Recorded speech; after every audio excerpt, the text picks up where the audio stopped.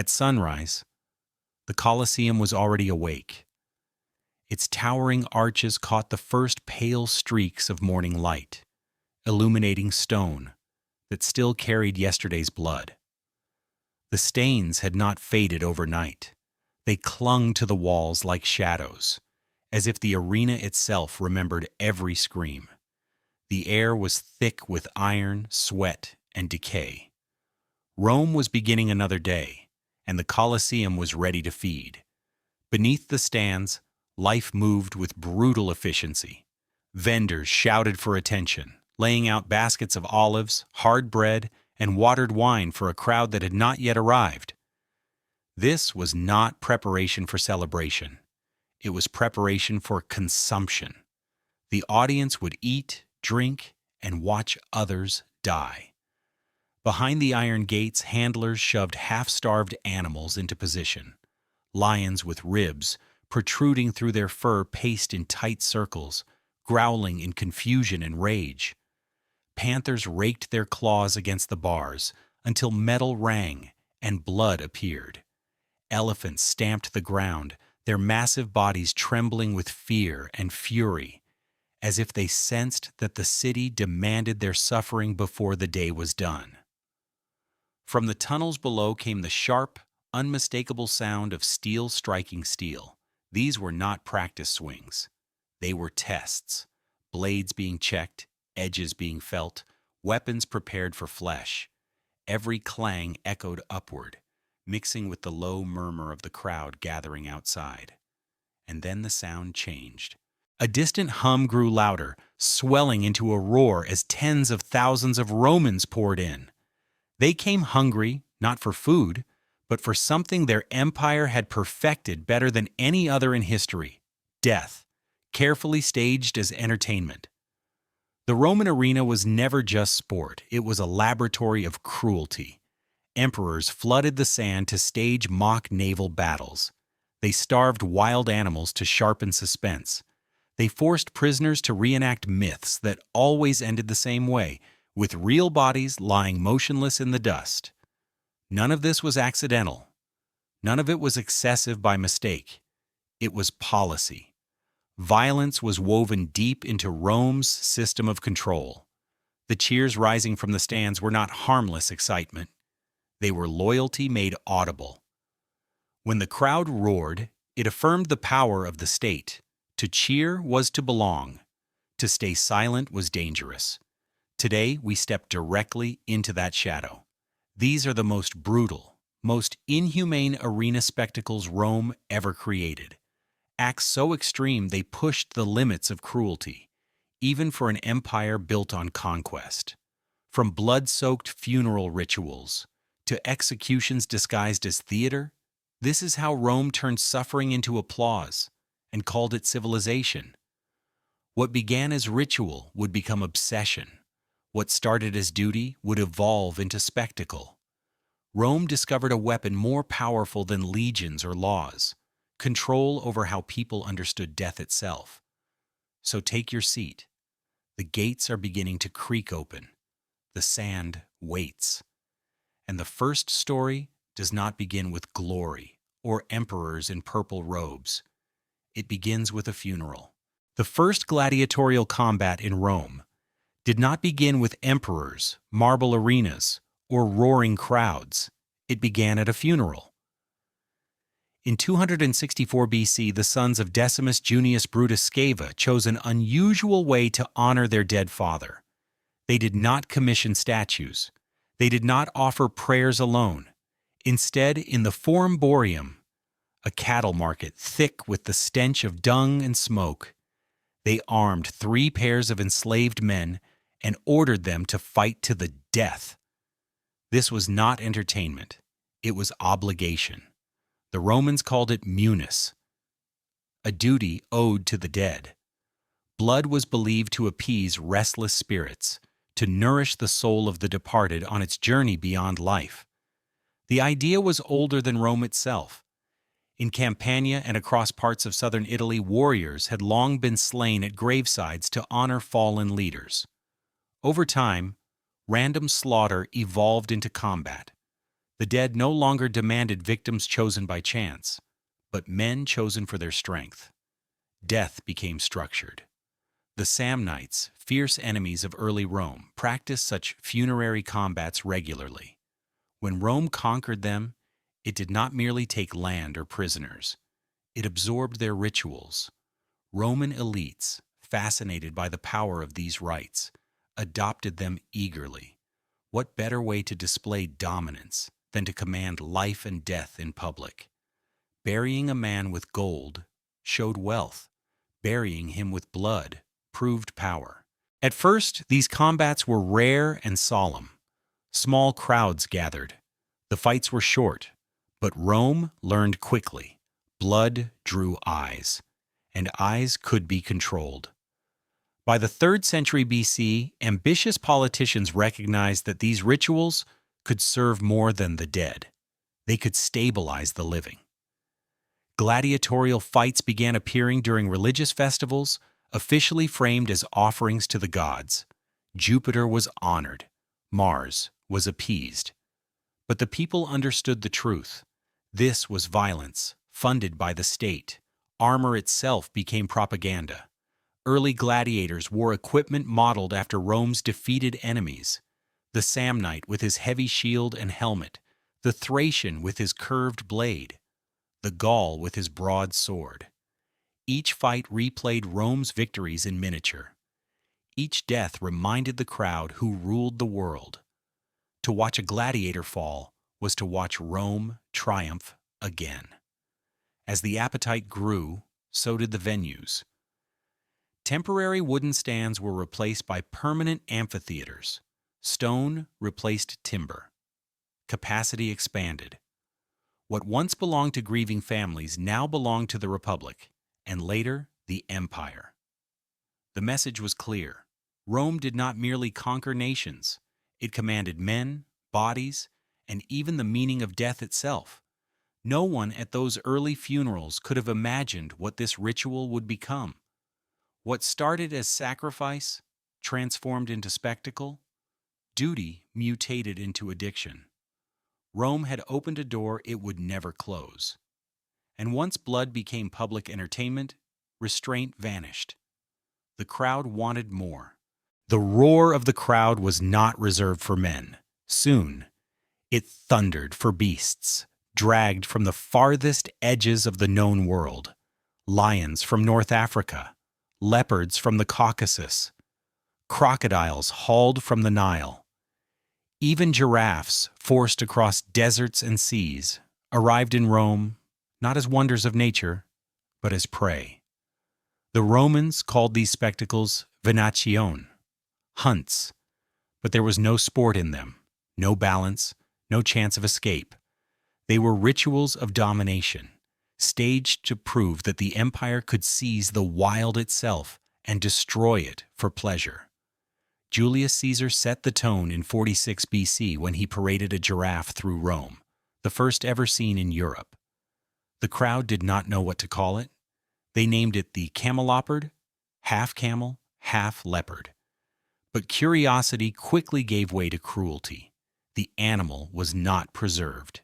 It was not studied. It was thrown into the arena and torn apart.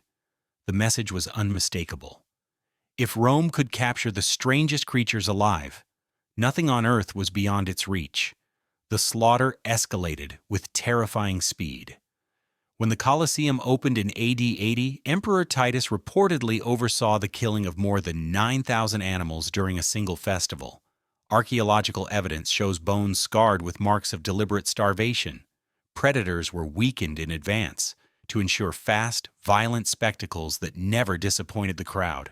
Even elephants, once the terror of Roman legions under Hannibal, were herded into the sand and butchered for cheers.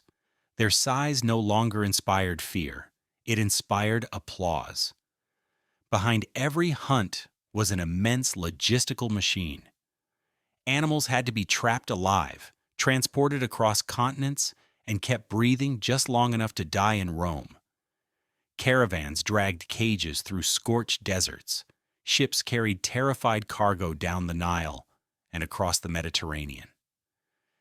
Handlers risked their lives simply to deliver living trophies. Seeing a panther in the wild was dangerous.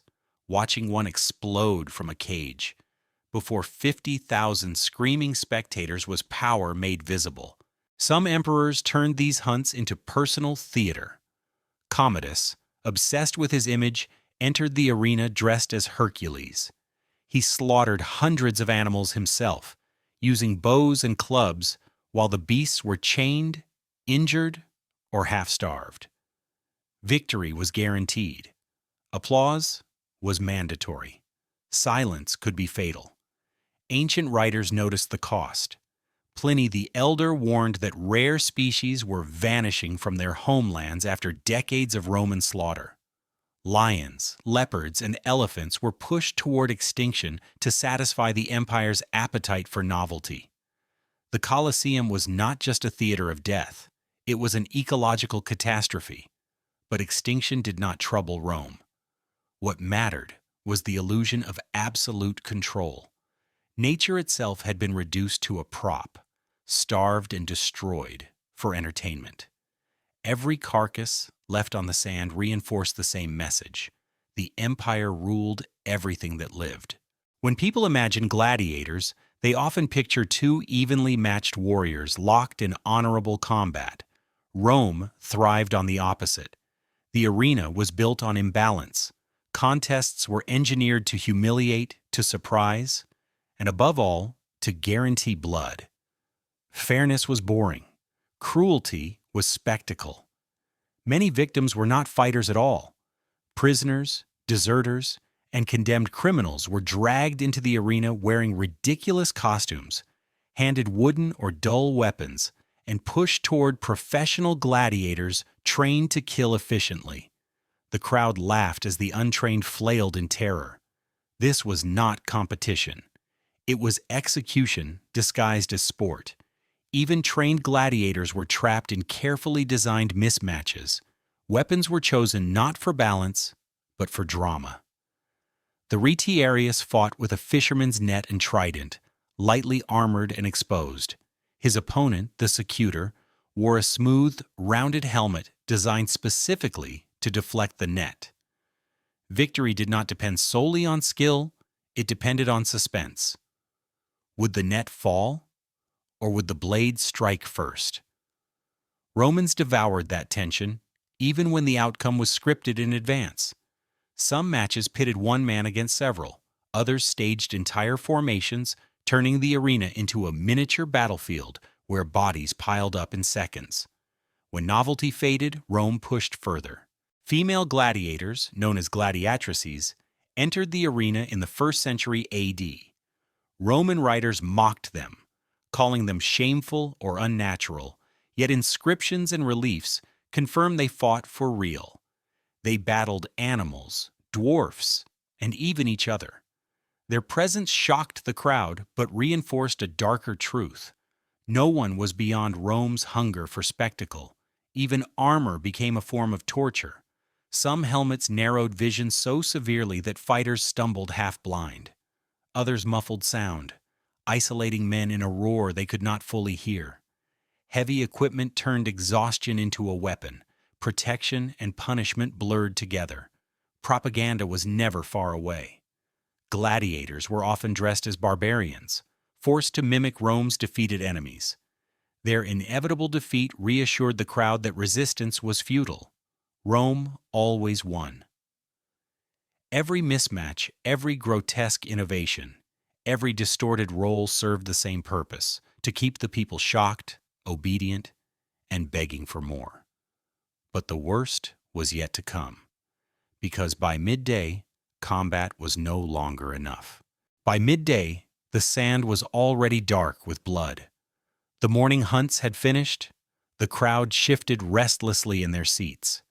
This was the moment Rome reserved for something different, something more final. The Romans called it damnatio ad bestias, condemnation to the beasts. This was not punishment after a trial. It was theater with a death sentence written in advance. Criminals, deserters, rebellious slaves, prisoners of war, all were stripped, paraded, and pushed into the arena with no weapons, no armor, and no chance of survival. Each execution was tailored to the crime. Thieves were torn apart by wolves. Arsonists were burned alive. Traitors were fed to lions. Justice, Rome claimed.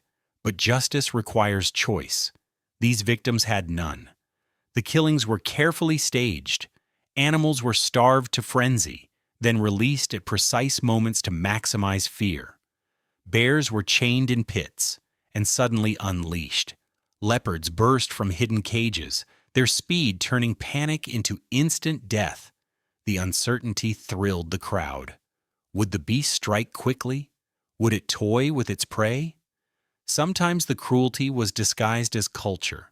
Prisoners were forced to reenact myths they could not survive. Orpheus, whose music once tamed wild beasts, was torn apart mid-performance. Prometheus, chained as vultures circled overhead, screamed as flesh was ripped from bone. These were not stories anymore. They were blood-soaked parodies. Rome turned mythology into mockery, forcing victims to perform their own deaths for applause. Flesh replaced masks. Pain replaced poetry. And then there was crucifixion. Borrowed from the East, it was staged openly in the arena. Men and women were nailed to wood, while vendors sold wine, and children watched. Fire followed. Victims were dressed in tunics soaked with pitch and set alight, becoming living torches. As Tertullian wrote bitterly, they burned so others could see. These deaths were not meant to entertain alone. They were warnings. Defy Rome, and you would die slowly, publicly, and without dignity. Some voices protested. Seneca complained that the midday executions hardened the soul, turning spectators crueler with every scream. But his words drowned beneath laughter and cheers. The crowd had not come for mercy. They had come for punishment. And Rome delivered. The arena did not stop at blood and beasts. For some emperors, it became a mirror, a place to see themselves reflected as gods. Julius Caesar had already blurred the line by turning executions into mass spectacle. His successors erased it entirely. They demanded not only death, but theater on an impossible scale. And Rome obeyed. Mock naval battles, naumachii, flooded the city with artificial seas. In 46 BC, Caesar ordered an enormous basin dug near the Tiber and filled it with water. Real ships were launched. Thousands of condemned men were forced aboard and told to fight as rival fleets. They were not actors. They were prisoners with no escape. Steel, arrows, and fire turned water red while the crowd watched in awe. Augustus expanded the madness. In 2 BC, he created a basin nearly 2,000 by 1,200 Roman feet, fed by a custom-built aqueduct. 30 warships clashed there, packed with men who would never leave alive. Rome was no longer staging death, it was engineering it. By AD 52, Emperor Claudius pushed spectacle beyond reason. He drained Lake Fucine to stage another naval slaughter. When the doomed captives cried out, "Those who are about to die salute you," history gained one of its most haunting lines. Whether rehearsed or desperate, it captured the truth of the arena. Life reduced to a prop. Death demanded as greeting. Fire returned as theater. Victims were dressed in pitch-soaked tunics and ignited, cast as heroes meeting legendary fates. Hercules consumed by poison. Mutius Scaevola proving loyalty by flame. The crowd laughed as screams replaced myth. Even architecture became an accomplice. Beneath the Colosseum, engineers built channels to flood the arena floor, then drain it for combat the next day. Water, fire, sand, flesh. Everything was a tool. Cruelty became a technical achievement. By the late 1st century, executions were no longer punishment. They were scripts written with creative malice. During the opening games of the Colosseum in AD 80, the poet Martial described an actor cast as Orpheus. In legend, his music calmed beasts. In the arena, a bear was released mid-performance and tore him apart. Another victim played Daedalus, lifted briefly on crude wings before plunging to the sand below, where animals finished the scene. Myth collapsed into mockery. Beauty was stripped of meaning. The most grotesque performances went further, twisting legend into humiliation. Rome did not simply kill, it rewrote its own stories using human bodies. Power was no longer about ruling people, it was about commanding imagination itself. And at the center of it all stood the emperors. Caligula, unpredictable and cruel, reportedly ran out of animals mid-show and ordered spectators dragged from the stands to replace them. They came to watch death. They became it. Nero treated the arena as personal art. Prisoners were dressed as tragic heroes and executed to mirror the endings of his plays. He called it beauty. Rome whispered madness. Commodus embraced spectacle fully. Dressed as Hercules, he slaughtered animals weakened in advance, charging the treasury for each staged victory. Applause was mandatory. Defeat was impossible. Fear filled the seats where admiration once lived. Even respected emperors were not innocent. Trajan, remembered as just, celebrated victory with 103 days of games. Thousands died so Rome could cheer longer.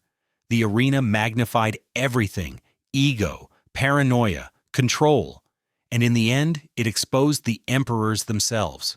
Caligula and Commodus both died violently, remembered not for governance, but for blood-soaked theater.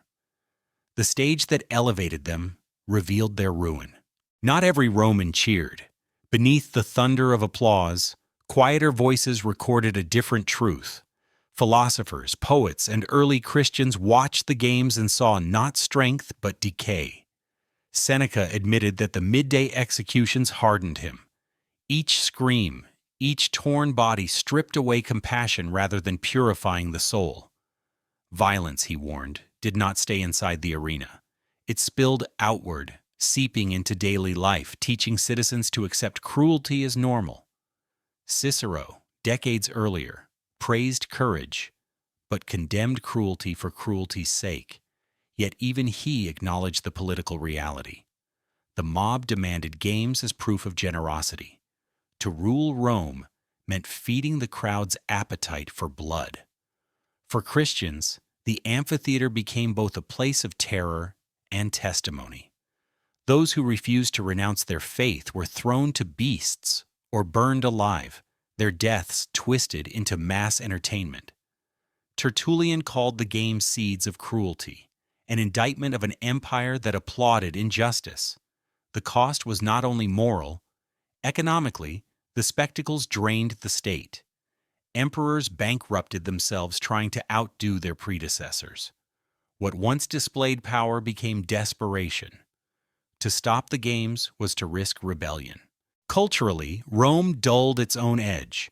Citizens who once valued discipline and civic duty now demanded bread and endless circuses. Juvenal captured this decline in a bitter phrase, panem et circenses. To him, the hunger for spectacle marked how far Rome had fallen from its republican roots. As borders weakened and resources thinned, the arenas began to crumble. By the 5th century, the Colosseum still stood, immense and scarred, but the roars were gone. The sand lay undisturbed. The machinery of death fell silent. Yet the questions remained. Can a society that trains itself to enjoy suffering truly endure? History suggests the answer is no. Today, the Colosseum towers over Rome, admired for its architecture, photographed for its beauty. But stone remembers. Walk its corridors, and you can almost hear echoes of iron striking iron, beasts roaring, and 50,000 voices rising as one. The ruins are easy to admire. Harder and more honest is remembering their purpose. Rome's arenas were not only about blood, they were about control. They shaped how people thought, what they feared, and what they applauded. Every hunt, every execution, every myth rewritten in screams served the same end: to make power appear eternal. And that is the warning carved into the ruins. A civilization that glorifies violence will eventually collapse beneath the weight of its own applause. So which spectacle reveals Rome's darkest soul? The hunts, the living torches, or the emperors intoxicated by their own shows? Leave your thoughts below. And if this journey into Rome's brutal entertainments gripped you, subscribe for our next descent into history's shadows. The Colosseum is quiet now, but its echoes still breathe through the stone. The games did not end when the crowds went home. They followed Rome into its streets, its homes, and its future. A society trained to applaud suffering does not leave that instinct behind at the gates. The arena reshaped how Romans understood justice, power, and humanity itself. When death became routine, empathy became weakness, mercy became suspicious, and silence became complicity. Children who watched executions grew into adults who expected them. Soldiers who cheered in the stands learned to kill without hesitation on distant frontiers. The boundary between public spectacle and private life dissolved. Violence stopped being shocking. It became familiar. Even language changed. Death was softened into performance. Murder became entertainment. Victims were no longer people, but roles. Criminal, barbarian, traitor, heretic. Once stripped of identity, suffering became easy to consume. This was Rome's greatest achievement and its deepest failure.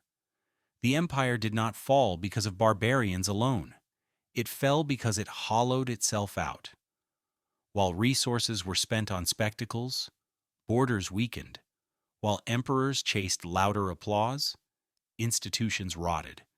While citizens demanded more blood, they surrendered responsibility. The arena taught Rome to look away from its own collapse.